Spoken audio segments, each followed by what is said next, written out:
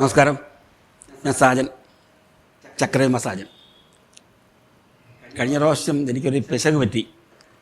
എൻ്റെ അതായത് ഞാൻ ഇപ്പം കൽക്കി എന്ന സിനിമ കണ്ടിട്ട് അതിൽ ചില കാര്യങ്ങൾ വീണ്ടും മഹാഭാരതത്തിലേക്ക് പോയിട്ട് കണ്ടാൽ നന്നായിരിക്കുമെന്ന് ഞാൻ പറഞ്ഞിട്ട് ഞാൻ നേരെ മഹാഭാരതത്തിലെ ചില സംഭവങ്ങൾ ഞാൻ വിവരിക്കുകയുണ്ടായി.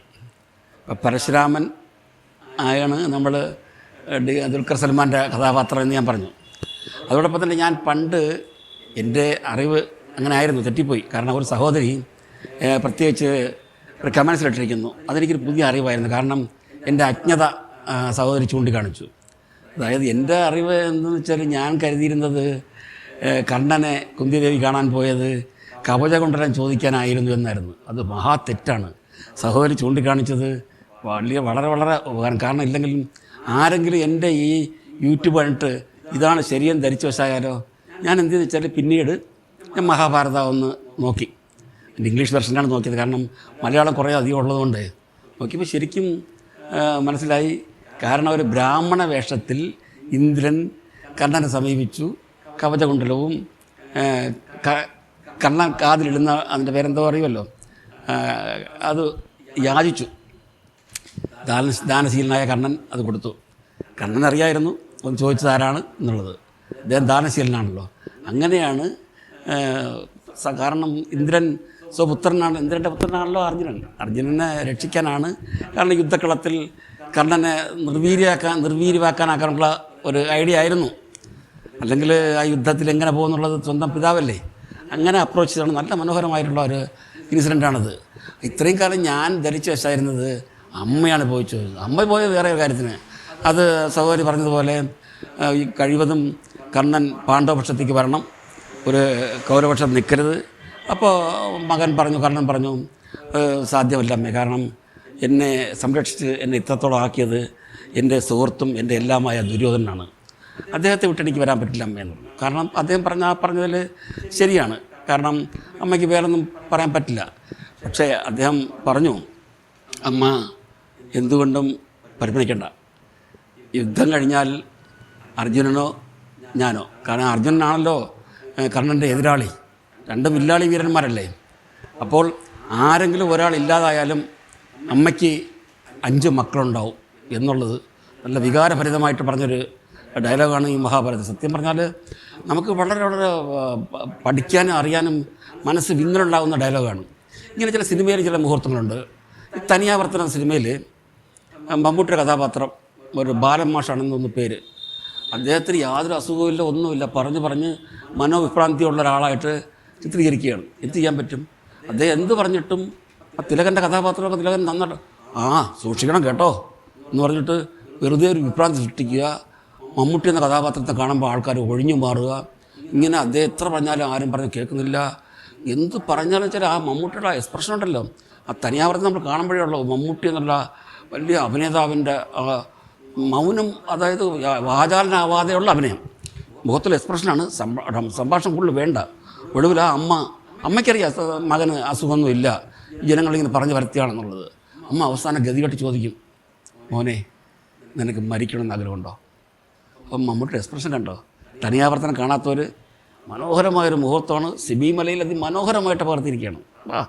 ആ അമ്മയുടെ ചോദ്യവും മമ്മൂട്ടി എന്ന മകൻ്റെ ആ അഭിനയവും സത്യം പറഞ്ഞാൽ നമ്മൾ വിങ്ങിപ്പോവും ഇല്ലേ. അതുപോലെ ചില സിനിമ മുഹൂർത്തങ്ങൾ നമുക്ക് പറയാതിരിക്കാൻ പറ്റില്ല. എനിക്കിന്നും കണ്ണു നിറയാതെ കാണാൻ പറ്റാത്തൊരു സിനിമയാണ് ആകാശദൂത്. നിങ്ങളാരും കണ്ടിട്ടുണ്ടാവും.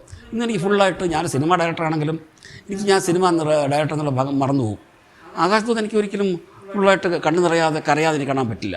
അങ്ങനെ എന്തെല്ലാം മുഹൂർത്തങ്ങളുള്ള സിനിമകളാണ് ഇങ്ങനെ. അപ്പോൾ അതുകൊണ്ടാണ് ഞാനിങ്ങനെ ഈ അമ്മയുടെ ഒരു ആവശ്യം ഇങ്ങനെ മനസ്സിൽ കണ്ടുകൊണ്ട് പറഞ്ഞു പോയത്. ക്ഷമിക്കണം. പിന്നെ അതുപോലെ എന്നാൽ വേറെ ഈ ഇപ്പോൾ സഹോദരി പറഞ്ഞതനുസരിച്ച് ഞാൻ വീണ്ടും മഹാഭാരതത്തിൽ ചില ഏടുകളിലൂടെ പോയല്ലോ. അപ്പോൾ പുതിയൊരറിവ് എനിക്ക് വീണ്ടും കിട്ടി. ഏകലവ്യൻ കുന്തി ദേവിയുടെ മകനാണ്. ഇതൊരു പുതിയ അറിവല്ലേ. നമുക്കറിയാവുന്നത് യുധിഷ്ഠിരൻ, ഭീമൻ, അർജുനൻ, ഈ 3 മക്കളാണ് കുന്തി ദേവിയിലെ. നകുലനും സഹദേവനും ഇരട്ട മക്കളാണ്. അത് കുന്തിദേവിയുടെ മക്കളല്ല, പക്ഷേ പാണ്ഡുവിൻ്റെ മക്കളാണ്. അപ്പോൾ അത് ഒരുപാട് ഞാനിപ്പോൾ പറഞ്ഞാൽ കൂടിപ്പോവും, വീണ്ടും പറയേണ്ട ഒരു അവസരം വന്നാൽ പറയാം. എങ്കിലും ഈ അമ്മയുടെ 5 മക്കളായിട്ടാണ് ഇവർ വളർത്തുന്നത്. നകുലനും സഹദേവനും ഭയങ്കര സുന്ദരന്മാരും അതിബുദ്ധിമാന്മാരുമായിരുന്നു. കുന്തിദേവി അവരുടെ 3 മക്കളെ പോലെ തന്നെയാണ് നകുലനെയും സഹദേവനെയും കണ്ടിരുന്നത് എന്നും നമുക്ക് മഹാഭാരതത്തിൽ കാണാം. എന്നാൽ ഏകലവ്യൻ്റെ ജനനം അതൊരു പുതിയ അറിവായിരുന്നു. കാരണം ഇതിലൂടെ ഈ മഹാഭാരതത്തിലൂടെ പോയപ്പോൾ അപ്പോഴെങ്ങനെ അപ്പോൾ ഏതായാലും നകുലനും സഹദേവനും കുന്തിദേവിയുടെ മക്കളല്ലെങ്കിലും ആ അമ്മയ്ക്ക് 5 മക്കളുണ്ട്. ഏകലവ്യൻ, കർണൻ, യുധിഷ്ഠിരൻ, ഭീമൻ, അർജുനൻ. അപ്പോഴും 5 മക്കൾ, മൊത്തം 7 മക്കളാണ് അല്ലേ? പാണ്ഡവർ 5 അല്ല. അതൊരു ഈ കഥയിൽ പുതിയ അറിവാണ്.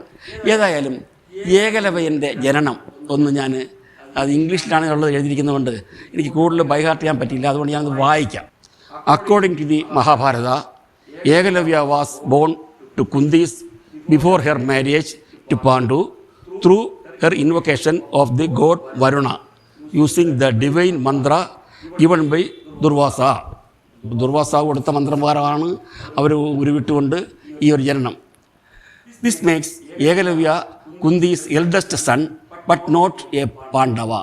കാരണം മൂത്ത പുത്രനായിട്ട് ഏകലവ്യൻ ജനിച്ചെങ്കിലും പാണ്ഡവനായിത്തീരില്ല. കാരണം പാണ്ഡുവിൻ്റെ പുത്രനല്ലല്ലോ. അതുകൊണ്ടാണ് ഏകലവൻ പാണ്ഡവ ആകാതെ പോയതെന്നാണ് പറയുന്നത്. അതിന് ബ്രാക്കറ്റിൽ എഴുതിയിട്ടുണ്ട് since he was not born through Pandu. അതുകൊണ്ടാണ് അദ്ദേഹം പാണ്ഡവരുടെ കൂട്ടത്തിൽ ഉൾപ്പെടാതെ പോയത് എന്ന് പറയുന്നുണ്ട്. Here is a brief summary. ആ ഒരു അല്പം കഥയും കൂടെ പറയുന്നുണ്ട്. അത് ഞാൻ എഴുതിയെടുത്ത് വായിക്കുകയാണ്. Kunti uses the divine mantra to evoke Varuna resulting in the birth of Egalavya. Later Kundi marries Pandu and bears 3 more sons, Yudhishthira, Bhima and Arjuna. Egalavya, though Kundi's son, is not considered a Pandava as he was not born through Pandu. Pandu മഹാരാജാവിൻ്റെ പുത്രനായിട്ട് ജനിച്ചിരുന്നെങ്കിൽ പാണ്ഡവ ആവുമായിരുന്നല്ലോ എന്നാണ് പറയുന്നത്. അങ്ങനെ കുന്തിക്ക് 5 മക്കൾ: ഏകലവ്യൻ, കർണൻ, യുധിഷ്ഠിരൻ, ഭീമൻ, അർജുനൻ. പിന്നെ ഇവർ ഓരോരുത്തരും ജനനത്തിൻ്റെ അവരുടെ പിതാക്കന്മാരുടെ പേരും കുറിക്കുന്നുണ്ട്. യമധർമ്മനാണ് യുധിഷ്ഠിരൻ്റെ പിതാവ്.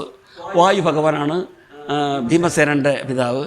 പിന്നെ ഇന്ദ്രനാണ് അർജുനൻ്റെ പിതാവ്. ഇത് നമുക്ക് അറിയാവുന്നതാണ്.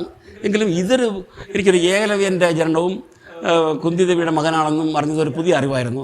ഇനിയും ഇങ്ങനെയുള്ള സംശയങ്ങൾ സഹോദരി പോലെയും മറ്റുള്ളവർ ചൂണ്ടിക്കാണിക്കുകയാണെങ്കിൽ എനിക്ക് വീണ്ടും കുറേ പഠിക്കാനുണ്ട്. ഇപ്പോൾ അതുപോലെ തന്നെ യുയുസു എന്ന് പറയുന്നൊരു കഥാപാത്രമുണ്ട്. യുയുസു എന്നൊരു കഥാപാത്രം വരുന്നുണ്ട്. അത് ഞാൻ വായിച്ചു. വളരെ ഇൻട്രസ്റ്റിംഗ് കഥാപാത്രമാണത്. അത് ഇപ്പോൾ പറഞ്ഞ് മുഷിപ്പിക്കുന്നില്ല.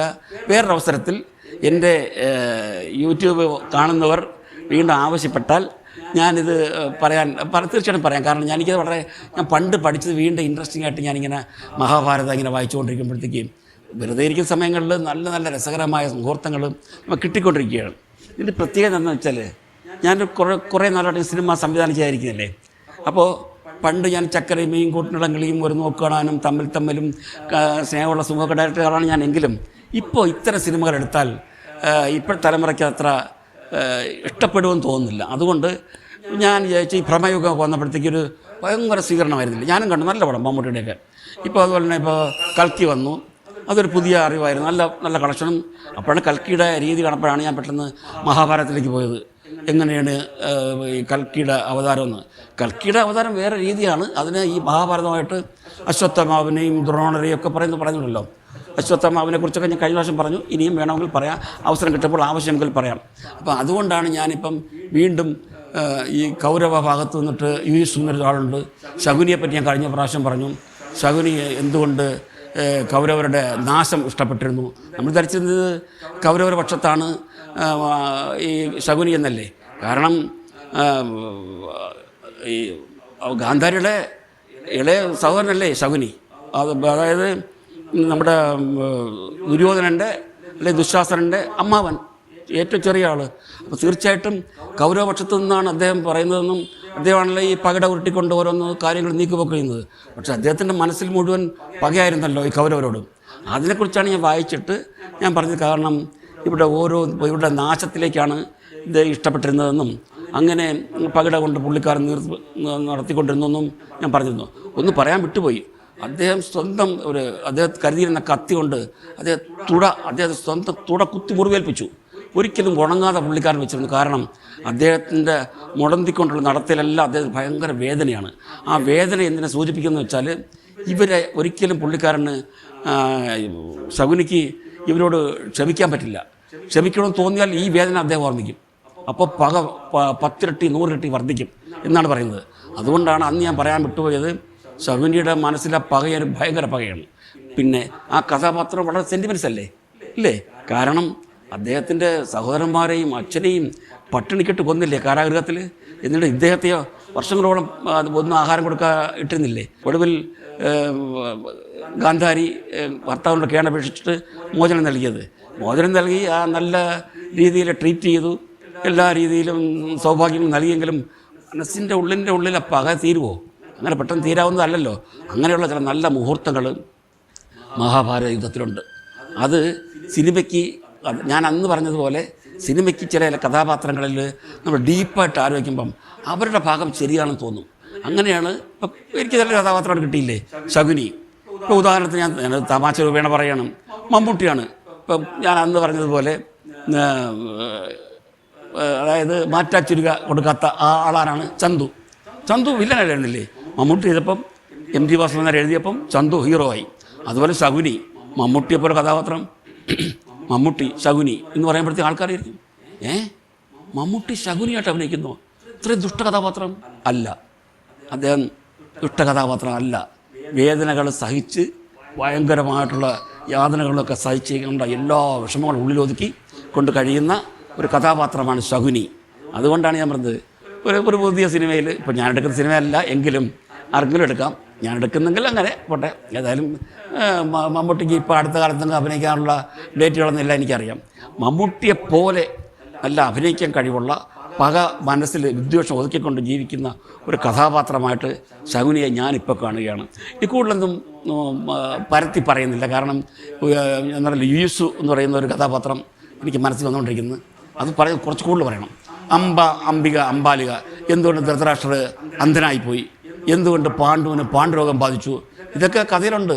കാരണം സത്യവതി അംബികയെ പറഞ്ഞു വെച്ചപ്പം കാരണം കണ്ണടച്ചുകൊണ്ടാണ് ഭർത്താവിനെ സമീപിച്ചത്. അതുകൊണ്ട് എന്ത് പറ്റി, അന്ധനായിപ്പോയി. പാണ്ഡുവിനെ സമീപിച്ചപ്പോഴോ അംബാലി സമീപിച്ചപ്പോഴോ കാരണം അവർ ഇഷ്ടമത്തോടെയാണ് സ്വീകരിച്ചത്. അതുകൊണ്ടെന്താ, അദ്ദേഹം പാണ്ഡുരോഗിയായിട്ട് ഭർത്താവായി. അങ്ങനെ ഈ ധൃതരാഷ്ട്രരുടെ അന്ധതയും മറ്റു മക്കളുടെ രീതിയും ജനനമൊക്കെ നമുക്ക് വിശദമായിട്ടും മഹാഭാരതത്തിൽ പറയുന്നുണ്ട്. അംബിക അംബാലിക, പിന്നെ ഒരു പരിചാരികയിൽ ജനിച്ച കുട്ടികളാണ് മറ്റു രണ്ടുപേരും. അപ്പോൾ അതുകൊണ്ട് ഈ കഥകളിലേക്ക് പോകുന്നതോറും നമുക്ക് വളരെ ഇൻട്രസ്റ്റിംഗ് ആണ്. ഓക്കെ, ഇനിയിപ്പോൾ ഏതായാലും കൂടുതൽ ദീർഘിപ്പിക്കുന്നില്ല. ഇനിയൊരവസരത്തിൽ ഇതിനെക്കുറിച്ച് പ്രതിപാദിക്കാം. നിങ്ങൾക്ക് ഇഷ്ടമാണെങ്കിൽ. ഇപ്പോൾ സഹോദരി എന്നെ ചൂണ്ടിക്കാണിച്ചതിൻ്റെ തെറ്റ് ചൂണ്ടിക്കാണിച്ചത് വീണ്ടും ഞാൻ സന്തോഷപൂർവ്വം സ്വീകരിക്കുന്നു. പെട്ടെന്നൊരു കമൻറ്റിലൂടെ ഞാൻ മറുപടി തരാഞ്ഞത് എനിക്ക് വിശദമായിട്ട് പറയാൻ വേണ്ടിയിട്ടാണ്. ഇനിയും എൻ്റെ ഈ അപക്വമായ പെരുമാറ്റത്തിലോ അല്ലെങ്കിൽ അപൂർണമായ എൻ്റെ ചിന്താഗതിയിലോ ഞാൻ പറയുന്ന കഥയിലുള്ള തെറ്റുകുറ്റങ്ങൾ പറയുന്നുണ്ടെങ്കിലോ എനിക്ക് തീർച്ചയായിട്ടും നിങ്ങളുടെ ഇങ്ങനെ ഓരോ ഉപദേശങ്ങൾ നല്ലതാണ്. എൻ്റെ കമൻസിലൂടെ തരണം. ഞാനത് തീർച്ചയായിട്ടും തിരുത്താം. നിങ്ങളുടെയൊക്കെ തെറ്റില്ലെങ്കിലേ എനിക്കൊരു പുതിയ പ്രചോദനം ലഭിക്കുള്ളൂ. ഏതായാലും ഇന്ന് നന്ദി പറഞ്ഞുകൊണ്ട് നിർത്തുന്നു. നന്ദി, നമസ്കാരം.